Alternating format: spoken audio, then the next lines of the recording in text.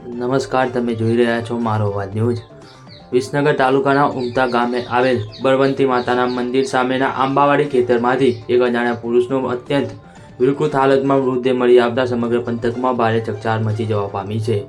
આ ઘટનાએ સ્થાનિકોમાં ભય અને આશ્ચર્યનો માહોલ સર્જ્યો છે, કારણ કે મૃતદેહની સ્થિતિ અને તેના ગુમ થયેલા માતાને કારણે રહસ્ય વધુ ઘેરું બન્યું છે।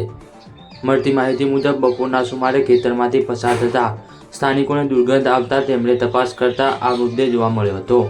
મૃતદેહ એટલો બધો ફૂલી ગયો હતો કે તેની ઓળખ કરવી મુશ્કેલ બની ગઈ હતી। સૌથી ચોંકાવનારી બાબત એ હતી કે મૃતદેહનું માથું ગુમ હતું, જે હત્યાની આશંકાને વધુ મજબૂત બનાવે છે।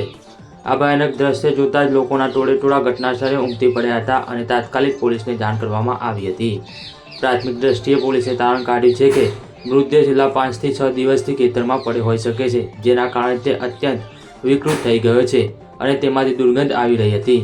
મૃતદેહની આ અસામાન્ય સ્થિતિને કારણે મૃત્યુનું ચોક્કસ કારણ જાણવું પોલીસ માટે એક પડકારરૂપ બન્યું છે। ઘટનાની જાણ થતાં જ વિસનગર તાલુકા પોલીસનો કાફલો તાત્કાલિક ઘટનાસ્થળે પહોંચ્યો હતો। પોલીસે સમગ્ર વિસ્તારને કોર્ડન કર્યો હતો।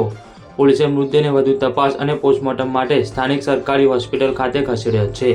પોસ્ટમોર્ટમ રિપોર્ટ બાદ જ મૃત્યુનું સાચું કારણ અને સમય જાણી શકાશે।